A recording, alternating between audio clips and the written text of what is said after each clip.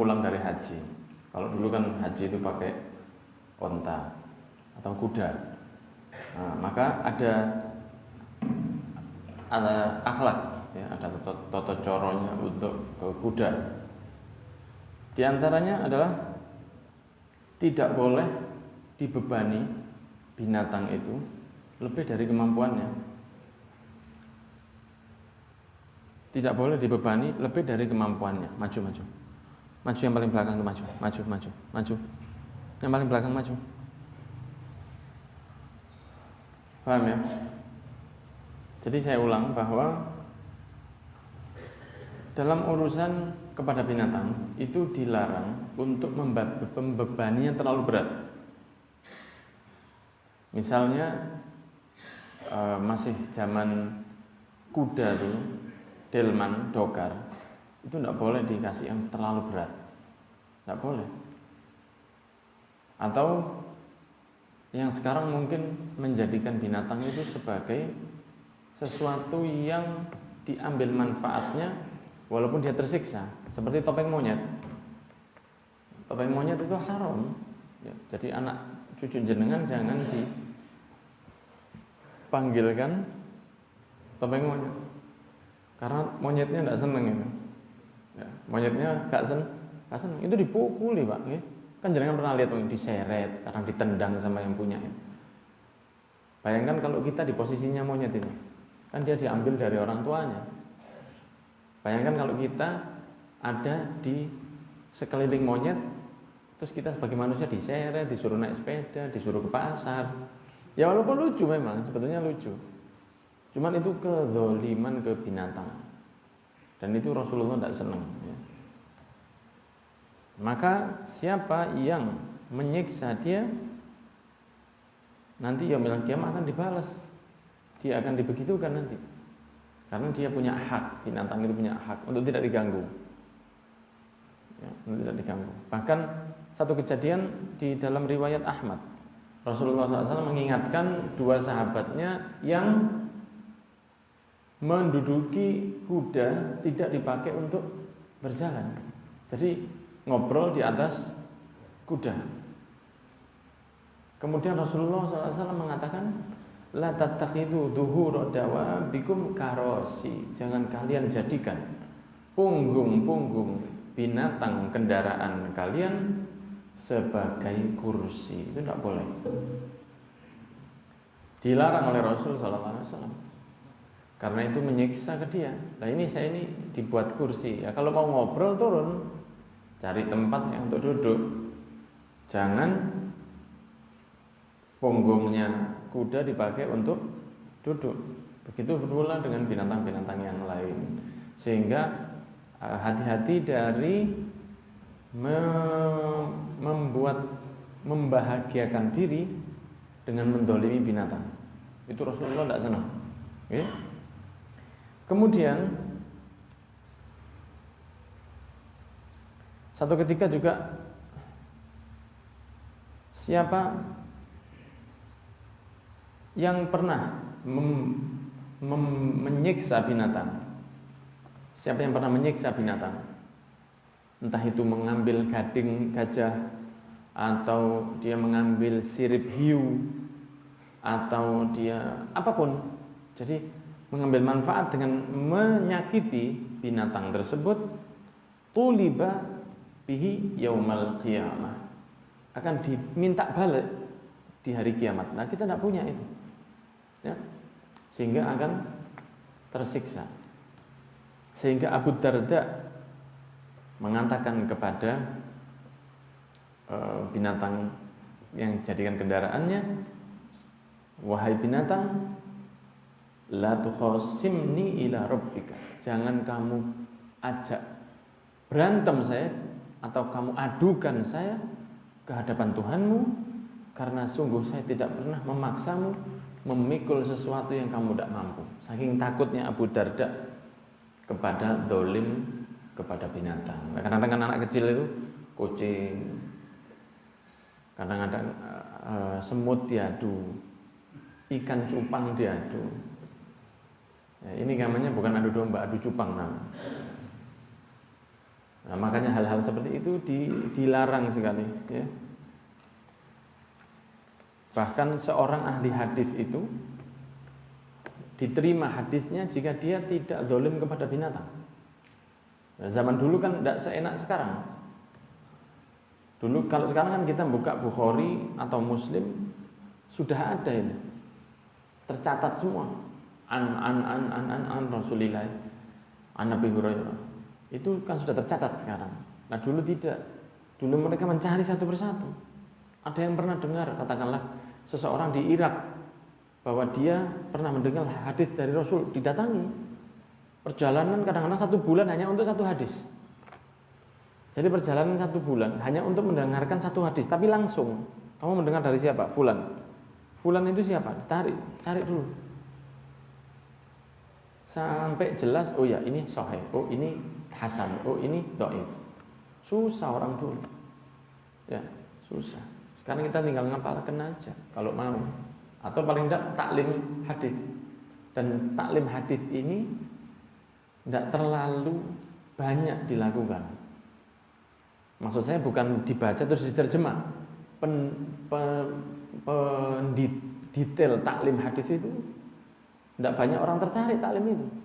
Karena berat memang, sangat berat sekali. Sangat berat sekali. Nah, ini kan kita cuma belajar hadisnya kemudian diterjemahkan saja. Nah, ada satu kejadian Imam Hasan Al-Basri mau mengambil hadis dari satu orang. Kemudian ditanya sama orang, mana Fulan bin Fulan? Oh itu orangnya. Oke lah, diteliti dulu sebelum ditanya hadis. Dilihat, dicermati berhari-hari. Pada satu waktu dia menarik himarnya tidak mau jalan. Maka dia mengambil makanan yang disenangi himar itu, ditaruh di depan mulutnya. Begitu dia jalan, ditarik lagi, sehingga akhirnya himarnya jalan terus. Terus gini, ini kan maju terus, akhirnya di jalan. Kata Imam Hasan Al-Basri, ini begini sama binatang, saya tidak ambil hadis dari dia. Pulang, padahal sudah perjalanan hampir berminggu-minggu. Bahkan seperti itu, mereka itu saking hati-hatinya kepada binatang. Makanya jangan sampai zalim kepada binatang, karena mereka akan meminta tanggung jawab kepada Allah Subhanahu wa taala yaumil qiyamah. Bahkan di antara tafsir. Ya, kan tafsir itu bisa bermacam-macam. Dan orang ahli tafsir itu tidak ngawur mereka. Ahli tafsir itu tidak ngawur, punya beberapa pendapat dan mereka memiliki dasar yang kuat. Ya, memiliki dasar yang kuat. Saya kasih contoh saja yang simpel yang pernah kita bahas di sini, bahwa disebutkan tsumma khalaqnahu ini bahasa itu untuk di sini hadal balad amin laqad khalaqnal insana fi ahsani taqwim tsumma radadnahu asfala safilin. Laqad khalaqnal insana fi ahsani taqwim. Manusia itu dicipta dalam ciptaan yang paling sempurna. Tsumma radadnahu asfala safilin. Kemudian kita kembalikan mereka ke sesuatu yang paling rendah. Ada yang menafsirkan maksudnya dia jadi tua. Ada yang menafsirkan bahwa paling rendah itu adalah neraka. Dua-duanya sama benar. Itu perbedaan pendapat dari ahli tafsir. Mereka punya dasar itu. Kalau kita jangan pura-pura sok nafsirkan Al-Qur'an. Wong Al-Qur'an ini dari terjemah aja nafsirkan. Sudah nafsirkan gaden aja ahli tafsir. Kita itu sudah baca saja, tidak usah buat sendiri. Ahli tafsir itu tak tafsir ini ya, gitu.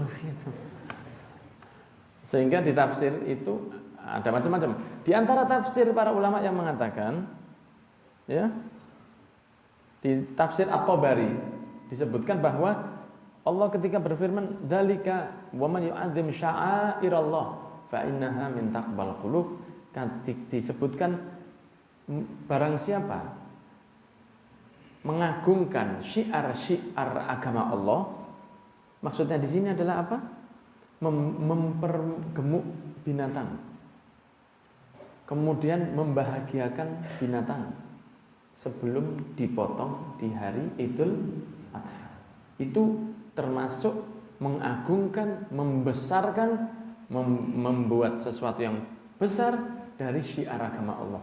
Jadi mau dipotong, binatangnya mau dikorbankan, dicari yang paling gemuk, disenengkan dulu, diajak jalan-jalan, ya, disenengkan, kasih makan yang enak, kasih naik mobil, iya, senengkan dulu. anduk, ya dikasih anduk. Dijak marung dulu sampai dia senang. Jangan dipotong temannya di depannya, jangan dilihatkan pisaunya, kemudian jangan diganggu dengan anak-anak kecil. Ya anak-anak kecil kadang-kadang kan dilempar batu sama anak, jangan, itu dijaga. Itu termasuk mengagungkan syiar agama Allah. Saking bagaimana, sampai hadisnya Rasul ada di Arba'in Nawawi itu spesial tentang cara motong kambing. Sahih hasilnya. Saking perhatiannya Rasulullah kepada binatang. Lah kira-kira kalau Rasulullah begitu kepada binatang, kepada manusia kan pasti lebih lagi. Kalau sama binatang aja yang tidak ada hisabnya dia tidak masuk surga atau neraka binatang ini, kecuali beberapa binatang saja. Ya, di antaranya anjingnya Ashabul Kahfi itu yang menjadi penghuni surga. Nah ini kan binatang umum itu kan tidak masuk surga dia. Kucing jenengan itu tidak masuk surga dia. Mati ya sudah. Tapi seseorang yang dolim kepada kucing itu bisa masuk neraka gara-gara dolim. Itu Rasulullah SAW mengatakan begitu. Ada satu orang yang masuk surga karena memberi minum kepada anjing yang haus, padahal dia adalah ahli maksiat. Ada orang yang masuk neraka karena dia menyiksa kucing, ditaruh di dalam satu kamar, ditutup, tidak diberi makan sampai mati. Walaupun dia ahli sholat, ahli puasa, Rasulullah sendiri yang mengatakan hiya finnar, perempuan ya, dia perempuan ada di neraka. Di neraka, masuk neraka gara-gara apa? Zalim kepada kucing. Satu lagi yang perempuan, dia banyak maksiat, tapi karena dia baik ke anjing, dia memberi minum kepada anjing, anjingnya mau mati akhirnya tidak jadi mati karena dia membantunya, maka dari situ seseorang dimasukkan ke dalam surga. Makanya kalau punya misalnya ada beberapa burung itu yang memang dia tidak bisa kalau tidak dipelihara. Karena memang ada burung-burung yang seperti itu. Ada burung itu yang kalau dia dilepas, wah ya lebih dolim. Di luar dia bisa disikat sama burung yang lain. Ada burung-burung yang memang ya Allah alam saya tipenya saya tidak hafal. Dunia perburungan ini saya kurang hafal. Jadi kalau misalnya ada burung yang memang jenengan suka dipelihara, ya beri sangkar yang besar. Jangan kasih sangkar yang kecil. Kalau bisa dilepaskan lebih baik. Ya. Nah, kalau saya usul ya lebih baik jangan. Tapi kalau punya burung, beri sangkar yang besar. Supaya nanti di yaumil qiyamah kita tidak ditanya oleh Allah, karena dia pasti susah itu. Tidak ada ceritanya burung disangkarnya seneng itu. Nah, makanya sampai peribahasanya itu sangkar emas. Sangkar dari emas pun tetap sangkar. Jadi kalau punya ya diberi yang besar. Saya dulu pernah punya burung, saya kasih sangkar besar. Lama-lama saya enggak soal itu tukaran terus, geger terus, cucu-cucuan mati, cucu-cucuan dewe. Ya, enggak ada ukhuwah antara burung. Ukhuwah tuyuriyah ini enggak ada. Nah, kayaknya tak colong apa. Begitu. Ada orang yang membebaskan burung kadang-kadang dibeli di pinggir rembong, dibeli, dilepaskan. Jadi mungkin pernah lihat itu. Itu dia melepaskan, maka dia akan dilepaskan dari azab yaumil qiyamah. Ya. Jenengan kadang-kadang bisa melihat di kaca-kaca jendela jenengan. Kadang-kadang ada kupu-kupu yang nggak bisa keluar. Ya kan? Jenengan pegang dengan cara jenengan sudah. Jangan dikasih raket listrik itu mati. Ambil dengan pelan-pelan, jenengan lepaskan sambil niat, ya Allah lepaskan saya dari kemunafikan, dari neraka dan keluarga saya seperti Engkau melepaskan kupu ini dengan bebas. Cari kupu nih, suwe ini semua temen nih, lepaskan. Itu nanti jenengan lepas dari masalah insya Allah. Jenengan kan sering itu di kaca rumah jenengan ada binatang, ojo tambah kapok, jangan. Lalat ya, nyamuk. Ya, kalau nyamuk mungkin diusir apa? Tokek bisa diambil dijual. Nyamuk apa? Golongannya kayak laler itu kan macam-macam, ada yang seperti gantrung. Gantrung itu apa bahasa Indonesia? Capung. Bahasa Inggrisnya grasshopper.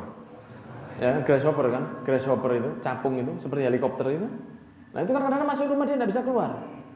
Itu kalau bisa jenengan kacanya bisa dibuka, jenengan buka biar dia keluar. Ya Allah, saya niatkan membebaskan binatang ini supaya Engkau bebaskan saya dari api neraka-Mu bersama keluarga saya. Cek buka. Gitu. Hasil insya Allah ya. Ya Allah, lepaskan saya dari masalah seperti Engkau melepaskan masalah burung ini. Jadi kan kita mau mengembalikannya kepada Allah. Kita mengatakan sebagaimana Engkau melepaskan dia, bukan sebagaimana saya melepaskan dia, bukan. Kata-kata itu beda dikit, hasilnya jauh, Pak.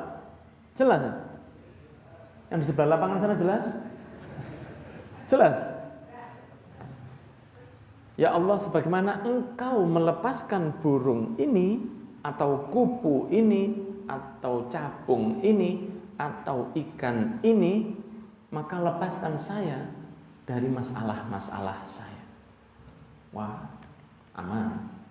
Kalau binatangnya itu memang biasa liar. Kalau dia tidak biasa liar, dilepas malah tambah bahaya. Tidak bisa nyari makan sendiri, bisa mati di jembatan flyover sana dia nanti. Atau kalau ketemu dengan orang yang dolim, bisa lebih terdolimi lagi. Lebih baik dijaga tapi yang baik, kasih sangkar yang besar. Seperti di Taman Safari sana, di Taman Safari. Ya, sangkar yang besar supaya senang, jangan didolimi karena kasihan, ya, karena kasihan. Sampai Abu Darda mengatakan saya tidak berani.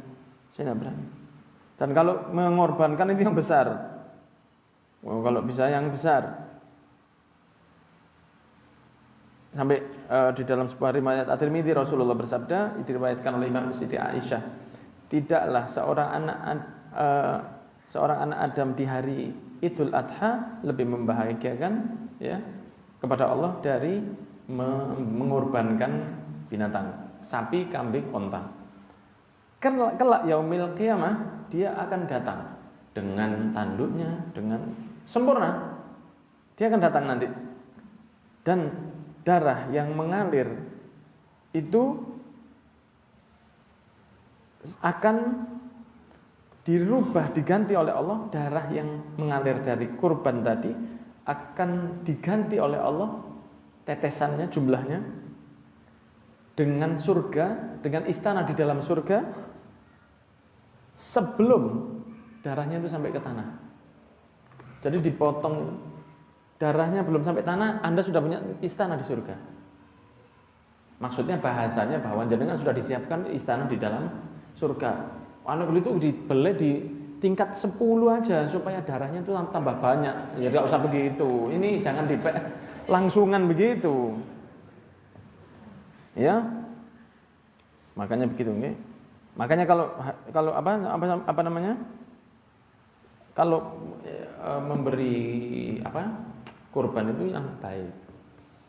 Yang dibahagiakan, yang gemuk, yang sehat, yang bagus. Nanti dia diambil hari kiamat itu kita naik itu nanti nyebrangnya.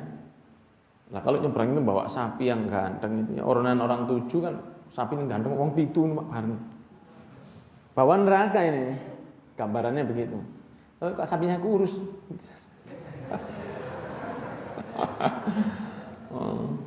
Kambingnya keceng, sing kenal lho. Ya bahaya. Itu gambarannya. Jadi kurban ya, saya dulu ingat satu kata-kata di Instagram, di internet, beli HP bisa, nyicil sepeda motor 100 juta sebulan bisa. Ya, ada sepeda motor yang punyanya bapak. Ya, ada sepeda motor punyanya bapak, 1 juta kenangan. Lah kalau sepeda motor yang kredit sekarang 1 juta sebulan. Bedanya jauh. Ya, nah orang yang punya kambing, punya sedekah yang baik, itu dia sendiri yang nanti akan untung yaumil qiyamah. Beli HP bisa, beli sepatu bisa, beli kredit sepeda motor bisa, belanja makan di warung habis 200.000 per bulan bisa. Begitu kambing pasar sepi. Nah ini penyakit ini penyakit harus dipaksa. Minimal kambing 1 sudah, jangan sampai tidak. Dipaksa, karena banyak orang yang lebih miskin dari kita dan sedekah setiap bulan, setiap tahun. Ada orang yang nyelengi uang setiap tahun, setiap bulan dicelengi, padahal dia itu kerjanya becak. Celengi hari H, beli sapi dia. Sapi 20 juta. Itu himmah, semangatnya ada. Bukan tidak bisa, tapi tidak mau kadang-kadang. Jadi kita usahakan, walaupun antum yang jomblo-jomblo ini, yang sudah kerja tapi masih pendapatannya tidak terlalu besar, itu tidak ada masalah, jangan kumpulkan. Dikumpulkan. Kalau 1 bulan nyimpen 100.000, ya dipaksa, nanti Allah akan memudahkan antum. Karena kalau kita memaksa itu nanti Allah dinaikkan. Terutama yang masih punya ibu ini. Ya, antum yang sudah bekerja dan punya ibu, entah antum sudah kaya atau belum kaya, atau calon kaya. Ya. Antum kalau masih punya ibu atau ayah, berikan orang tua Anda uang walaupun orang tua ibu Anda itu cukup. Ibu saya sudah cukup, walaupun ibu Anda cukup, antum kasih. Kalau antum ngasih berapa, Allah akan memberi Anda kemampuan lebih dari itu sehingga Anda ngasihnya itu dengan mudah. Coba Anda paksa lagi. Oh, satu bulan saya ngasih 200.000 misalnya ke ayah saya. Anda akan dibuat mampu untuk memberi lebih dari itu nanti. Dipaksa sedikit, nanti dikasih lagi sama Allah. Pokoknya semakin naik, Allah akan naikkan juga. Pasti itu, karena itu ada ridho Allah di situ. Ketika Anda menambah rizki untuk orang tua, itu seperti mintanya ke Allah tapi langsung.